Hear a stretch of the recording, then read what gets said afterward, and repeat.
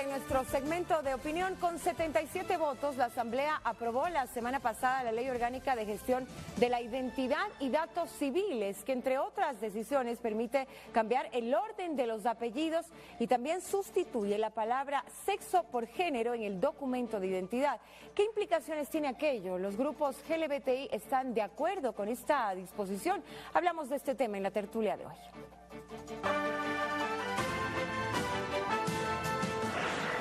Fausto Terán, vicepresidente de la Comisión Permanente de Gobiernos Autónomos Descentralizados. Rachel Erazo, representante de Asociación Alfil. Isaías Álvarez, director nacional del Observatorio Ciudadano LGBTI.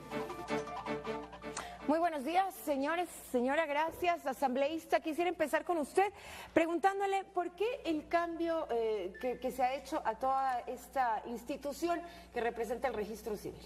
Bueno, muy buenos días a todo el Ecuador.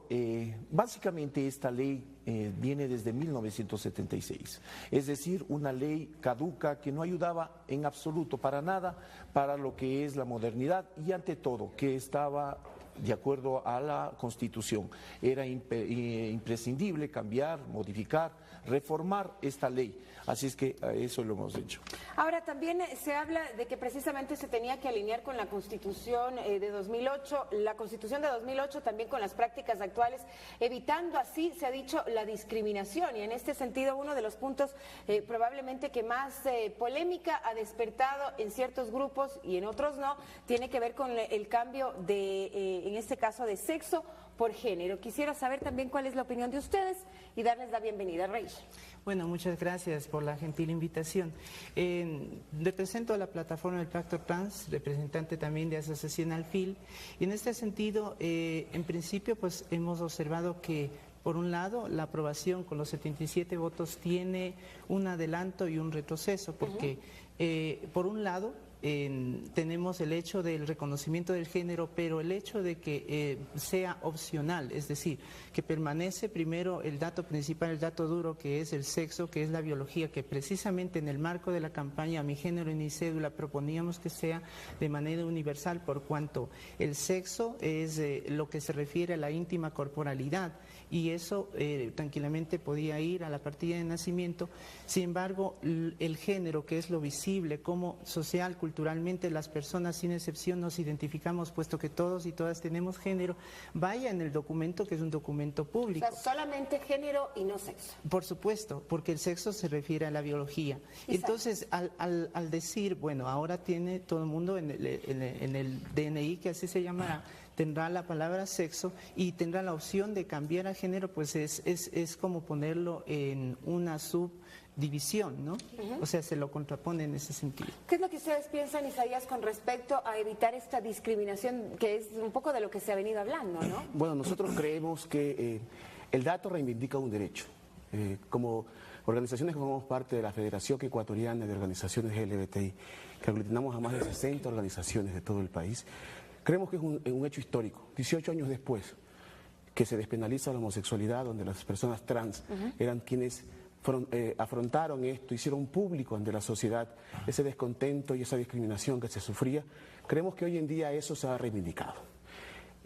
Países como Argentina, Colombia, Italia, tienen el sexo en su cédula o en su documento de identidad. Y ellos han visto un logro eso. Obviamente creemos que el sexo es lo íntimo. Países como Nepal, India, tienen un tercer género, que sí creemos que ahí estaríamos entrando en un tema de discriminación. Ecuador no, Ecuador tiene un género y que está siendo ahora emulado por Bolivia, que está discutiendo en estos momentos el tema. Asambleísta, ¿retroceso o avance? Yo lo veo totalmente como un avance, ¿no es cierto? Como decía Carlos, esto es un avance, algo histórico que se ha dado. Y eso viene por la Constitución justamente. La Constitución garantiza los derechos de todo ser humano, de todo ciudadano ecuatoriano. Y para eso es lo que ha dictado normas de esta Asamblea. Retroceso en ningún momento. Retroceso sería decir o cerrar los ojos a decir que también existen ciudadanos con tendencia. Eso sería discriminatorio. La discriminación no vamos a cerrarlo ni vamos a decir que con un documento se va a terminar, en absoluto. Pero creo que es la Asamblea en este momento una fase de progresividad para que vayan las leyes avanzando hacia eso, dar espacios, dar derechos también a ciudadanos. Yo creo eso es lo más importante, haber puesto ya que después de los 18 años tengan la opción, 18 años, mayoría de edad, tengan la opción de poder decir, ok, me veo así y soy, y cambio de sexo por género, perfecto. Fernando. Buenos días a nuestros invitados. Usted ha calificado, asambleísta, la ley de caduca y ha dicho que nunca había sido reformada desde el año 76. Sin embargo, en 2013 el presidente ya vetó una ley de registro civil y anunció que de ser necesario la volvería a vetar. ¿Cómo se ha coordinado el trabajo con el Ejecutivo y con las organizaciones también, Carlos Isaías, justamente para que no caiga en saco roto todo el trabajo que se ha hecho desde el Legislativo y desde la sociedad civil? En este momento, y creo que todos, absolutamente los que estamos en esta mesa, hemos sido invitados y hemos sido parte de las discusiones que ha habido en la mesa de la comisión. Y también el Ejecutivo. El Ejecutivo ha dado lineamientos claros sobre cómo tenemos también que avanzar. Ustedes, se ha recogido también criterios de ustedes y se ha plasmado en este documento. Esto que hoy está todavía como proyecto de ley, está plasmado no solamente el hecho de decir el criterio de los asambleístas de una mesa, sino el criterio de toda una ciudadanía que ha sido recogido. Por favor. Sí, en efecto, no estamos siendo tajantes, creemos que lógicamente el marco de las discusiones están prestas para seguir conversando, más sin embargo, analizando profundamente la situación, al tener esa opción, ¿no?, de poder cambiar sexo por género, estamos, vuelvo y repito, estamos manteniendo la opción del sexo como el dato duro principal. Cuando, lógicamente, al salir el DNI va a tener, por ejemplo, en mí, una mujer trans, la palabra sexo hombre. Lógicamente, yo no me puedo quedar con un DNI de esa naturaleza. O sea, en la cédula tuya estaría sexo hombre, género. Entonces tengo femenino. la opción de cambiar a género, ¿no? Pero lógicamente no dirá mujer, dirá femenino, es decir, Exacto. que en la práctica realmente sería un hombre femenino, ¿no? Más sin embargo, por ejemplo, iremos haciendo monitoreo y iremos viendo las situaciones que se vayan presentando. Por ejemplo, cuando vayamos a sufragar, ¿a qué columna voy a ir? ¿A la columna de hombres o a la columna de mujeres? Entonces, son cosas que se van a ir topando en el camino. Creo que hago una puntualización ahí, y por eso hemos cambiado. En este proyecto de ley también ustedes a los 18 años pueden cambiar tanto el nombre que es muy importante, pueden ya llamarse, si es Fausto Terán, segundo Fausto, puedo cambiarme de nombre, ¿no es cierto? Si yo me siento femenino, cambio los nombres también a femenino. Okay. Inmediatamente también cambio. Hay que tomar en cuenta una cosa, el sexo no va a estar hombre-mujer, es masculino, femenino, como se mantiene en este momento. Y el género, a partir de los 18 años, también se mantiene como, ¿no es cierto?, masculino, femenino. Es decir, hombre y mujer, solamente termino esta puntualización, hombre y mujer va a quedar internamente, dentro de la información interna de lo que es de la Dirección Nacional de Gestión. Un avance sin duda, asambleísta, pero ¿qué pasa con otras preocupaciones fundamentales de las comunidades y asociaciones LGBTI, como por ejemplo la situación de las familias homoparentales en el país? Bueno, yo creo que hay que puntualizar algo, Fernando, que tú bien dijiste. En el año 2013 se estancó esto, y se estancó porque hubieron tergiversaciones, hubieron mezcolanzas respecto a ciertas situaciones que no tenían nada que ver. Recordemos que las organizaciones LGBT se reunieron por 15 ocasiones con la comisión correspondiente, que en su momento fue presidida por Vigilio Hernández. 4 de estas fueron convocatorias y asistencias masivas y 11 de forma individual. Entonces yo creo que eso hay que puntualizar por un lado.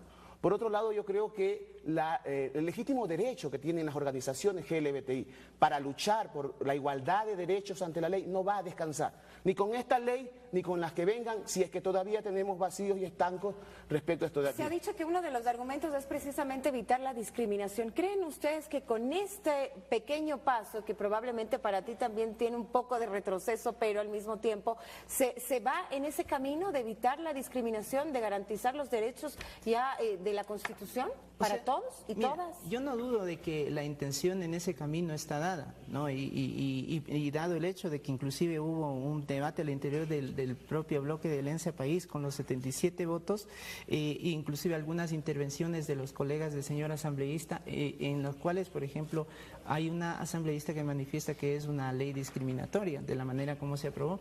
Más sin embargo, pues lógicamente creo que todos estamos apuntando a ese camino. Tenemos una diversidad de puntos de vista, pero lo importante es poder confluir y seguir avanzando en ese camino. Yo, por mi parte, son avances muy importantes, ¿no es cierto? En la cédula estamos incorporando también algo muy importante, no solamente el hecho de este cambio, ¿no es cierto?, en la historia, que es poner género, que se reconozca ya como género a partir de los 18. Son cosas muy importantes también que estamos incorporando, como es también, ¿no es cierto?, el tipo de sangre, que estamos incorporando lo que es la cédula. Estamos incorporando también algo muy importante es si uno es donante o no en esta parte. Y estamos quitando otros datos que no servían o que eran inútiles en esta cosa y que también eran discriminatorios. Muchos han dicho que la educación, que por qué razón si una persona es ingeniero no puede poner ingeniero. Pero sí, pongámonos a pensar también gente que no es que no ha querido, sino no ha podido educarse y está en su parte solamente como primaria. Yo creo que es fundamental recordar, ciudadanía en general, que un 25 de noviembre del año de 1997 se deroga el segundo inciso del artículo 516 que penalizaba la homosexualidad y donde las personas trans eran figura predominante en esa lucha. Hoy, 18 años después, tenemos un derecho reivindicativo hacia estas poblaciones. Hoy, señores y señoras, creemos que estamos construyendo patria, creemos que estamos reivindicando un derecho históricamente negado, por lo cual damos un punto de vista a favor hacia la aprobación de esta ley y estamos seguros que el Ejecutivo va a sancionar favorablemente esto. Gracias. Bueno, sí, solo decir una puntualización adicional. En la actual ley del registro civil, por ejemplo, en el artículo 84, las personas pueden cambiar de nombre por primera y única vez, sin importar si son de socialmente conocidos como masculinos a femeninos o viceversa. Con la actual ley, por ejemplo, es necesario cambiar a género para poder hacer uso de ese derecho. O sea, son consideraciones. Yo comprendo el punto de vista de mi compañero, mi colega, más sin embargo, pues desde sociedad civil tenemos la diversa obligación de poder ver algunas cuestiones que en principio, y porque también debo decir que al Pacto Trans, la plataforma de hombres y mujeres trans a la cual yo represento siempre fue consecuente con este precepto de que el género debe ser universal. Incluso pues se plantea de una manera mucho más simple, más sin embargo pues tengo que discrepar con Carlos, no considero que sea la manera adecuada como debía proceder. ¿Y ustedes proceder. insistirán, pero para que solamente se quede el género, en este caso, en la cédula? Siempre estaremos del lado del género universal, porque el sexo nunca debe figurar en un documento público. Gracias. Termino con usted, asambleísta. Bueno, yo creo que este es un planteamiento, es una reforma, es una nueva ley que está saliendo. Y claro, nada está escrito en piedra, puede ser modificado, puede ser avance. Pero yo lo más importante que dejo en claro es grandes avances que se ha logrado. Eso es histórico. Avances importantísimos para ustedes. Muchísimas gracias por su participación. Bienvenidos siempre. Nos vamos ahora a los segmentos de la comunidad en Quito y Guayaquil. Regresamos luego.